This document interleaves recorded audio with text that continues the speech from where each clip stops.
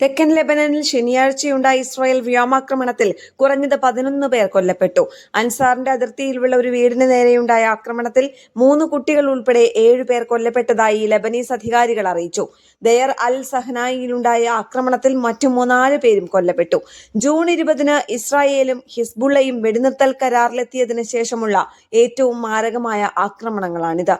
Iran പിന്തുണയുള്ള ഹിസ്ബുള്ളയെ നിരായുധീകരിക്കുന്നതിന് പകരമായി തെക്കൻ ലെബനനിൽ നിന്ന് ഇസ്രായേൽ പിന്മാറുന്നതിനുള്ള കരട് കരാർ ഇസ്രായേലും ലെബനൻ സർക്കാരും ജൂൺ 26-ന് പ്രഖ്യാപിച്ചിരുന്നു. എന്നാൽ ഹിസ്ബുള്ള ഈ കരാറിന്റെ ഭാഗമായിരുന്നില്ല. കൂടാതെ നേരിട്ടുള്ള ചർച്ചകൾ അവർ നിരസിക്കുകയും ചെയ്തിരുന്നു. ശനിയാഴ്ച പുലർച്ചെ തെക്കൻ നഗരമായ നബാത്തിയുടെ ചില ഭാഗങ്ങളിലേക്കും തന്ത്രപ്രധാനമായ അലി താഹിർ കുന്നിന് നേരെയും കനത്ത ഇസ്രായേൽ വ്യോമാക്രമണം ഉണ്ടായതായി ഔദ്യോഗിക വാർത്താ ഏജൻസി റിപ്പോർട്ട് ചെയ്തു. വെടിനിർത്തൽ നിലവിലുണ്ടെങ്കിലും ലിതാനി നദിക്ക് വടക്കുള്ള പ്രദേശത്ത് ഇസ്രായേൽ സൈന്യം ദിവസേനയെന്നോണം ആക്രമണങ്ങൾ തുടരുന്നുണ്ട്. തെക്കുഭാഗത്തുള്ള വലിയ പ്രദേശങ്ങൾ ഇസ്രായേൽ സൈന്യത്തിന്റെ നിയന്ത്രണത്തിലാണ്. അൽസാറിലെ ആക്രമണത്തിൽ 2 പേർക്കും ദേർ അൽ സഹറാനിയിലുണ്ടായ ആക്രമണത്തിൽ 17 പേർക്കും പരിക്കേറ്റിട്ടുണ്ടെന്നും ലെബനന്റെ ആരോഗ്യ മന്ത്രാലയവും ഔദ്യോഗിക വാർത്താ ഏജൻസിയും അറിയിച്ചു.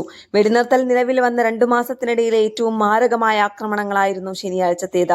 ജൂലൈ 6-ന് നബാത്തിയ ഫൗക്കയിലുണ്ടായ ആക്രമണങ്ങളിൽ 4 പേർ കൊല്ലപ്പെട്ടിരുന്നു.